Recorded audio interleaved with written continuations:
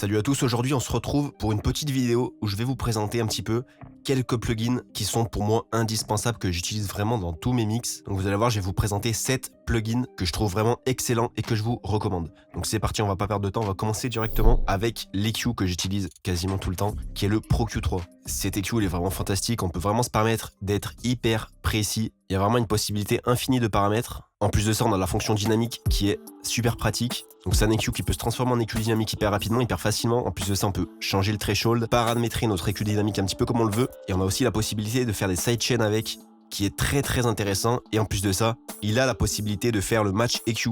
Donc par exemple, si vous voulez copier un petit peu le son d'une certaine piste, le Pro Q3 va copier la curve d'EQ qui va vous permettre d'avoir un son le plus similaire possible. Et puis évidemment, on peut mettre le nombre de curves qu'on veut de façon hyper rapide. Travailler rapidement quand on mixe, c'est vraiment important. C'est pour ça que cet EQ est vraiment excellent. Il nous permet d'être très productif très rapidement. Pourquoi on veut travailler rapidement quand on mixe? Parce que plus de temps on passe à mixer et moins de temps on va être objectif. Parce que oui, nos oreilles vont se fatiguer au fur et à mesure qu'on mixe un son. C'est pour ça d'ailleurs que c'est très important de prendre des pauses et si possible de revenir sur le mix un jour ou quelques jours après pour avoir des oreilles fraîches. Mais c'est pour ça que c'est très important de savoir travailler rapidement quand on mixe, quand on a une idée, de vite pouvoir la mettre en place facilement sans se prendre la tête. C'est pour ça que ce genre de plugin c'est vraiment excellent, je vous le conseille. Donc pour moi c'est vraiment un des outils que je trouve essentiel et qui est vraiment à avoir avec soi. Ensuite, on va passer au deuxième plugin directement, c'est le FabFilter Saturn 2. Donc ça va être encore un plugin de chez FabFilter. C'est vrai qu'en général, les plugins de FabFilter, ils sont vraiment exceptionnels. Ici, on va parler de saturation. C'est un plugin de saturation. Mais pourquoi est-ce qu'il se démarque des autres plugins de saturation? Tout simplement parce qu'on peut le mettre en multiband et faire de la saturation multiband hyper facilement. Vous voyez qu'on peut mettre pas mal de bandes et on peut venir toutes les saturer indépendamment. En plus de ça, il a vraiment énormément de types de saturation différentes. Vous avez des tubes, des tapes, des amps, des saturations, même des amplis de guitare, etc. pour faire des effets plus créatifs ou tout simplement pour amplifier une guitare électrique. Ça peut être super intéressant. Des transformers et des FX. Donc vous voyez qu'on a énormément de possibilités, ce qui fait que c'est un plugin qu'on peut utiliser un petit peu dans n'importe quelle circonstance. Pour amplifier une guitare, ajouter de la couleur à une voix, ajouter de la couleur à un master, changer un petit peu le son, la tonalité d'un kick, des drums, rajouter un petit peu de couleur dans des bus, etc. C'est vraiment un plugin qu'on peut mettre de partout, notamment parce qu'il est en multiband. Donc on peut venir que saturer des aigus, des lows, etc. Donc c'est vraiment un outil que j'utilise constamment. Et puis en plus de ça, si vous voulez aller plus loin, on peut rajouter des sources ici pour créer des LFO qui vont venir moduler en temps réel nos saturations et nos paramètres qui se trouvent ici. Donc ça, c'est un petit peu plus compliqué. Mais si vous voulez un petit peu avoir un aperçu de ce qui est possible de faire, vous pouvez tout simplement venir sélectionner un preset et il y a vraiment des bons presets qui vous permettront de voir un petit peu ce que le plugin est capable de faire. Là par exemple, j'en ai mis un petit peu au hasard, Digital BM.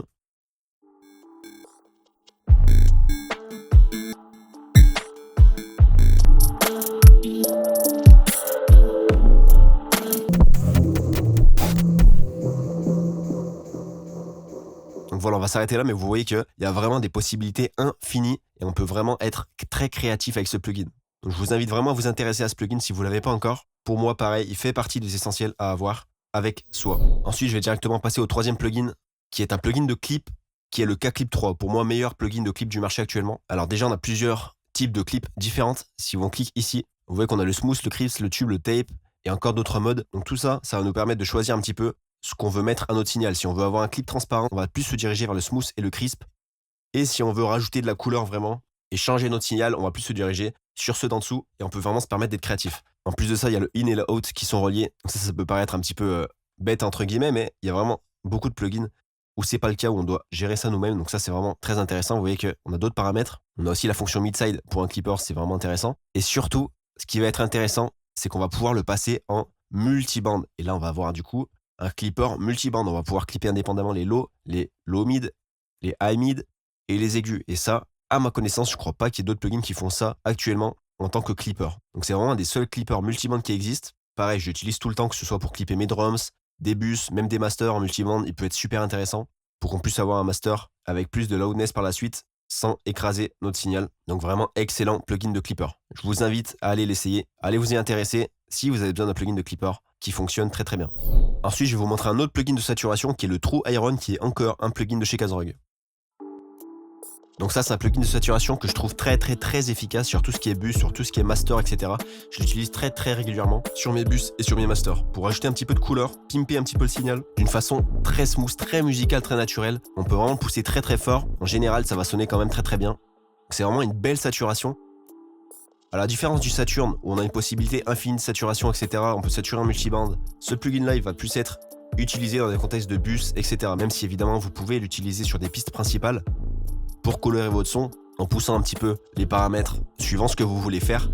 Mais c'est vraiment une très très belle saturation qui va venir ajouter un petit côté analogique à votre son. Donc c'est super intéressant. Encore une fois, moi c'est une de mes saturations favorites que j'utilise quasiment tout le temps sur mes mastering pour ajouter une petite couleur et sur mes bus également. Cinquième plugin, on va passer à un EQ cette fois-ci qui est le Passive Equalizer de chez Softube. EQ que je trouve exceptionnel pour ajouter de la présence, des lows ou même des aigus.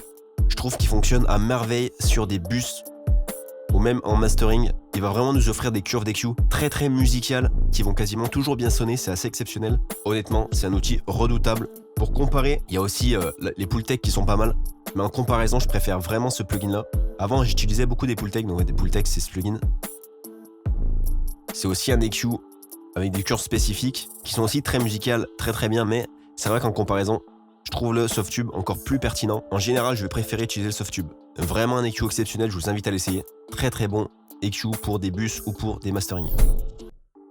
Avant-dernier plugin de la liste, cette fois-ci on va s'intéresser à un plugin de delay qui est le Valhalla Delay.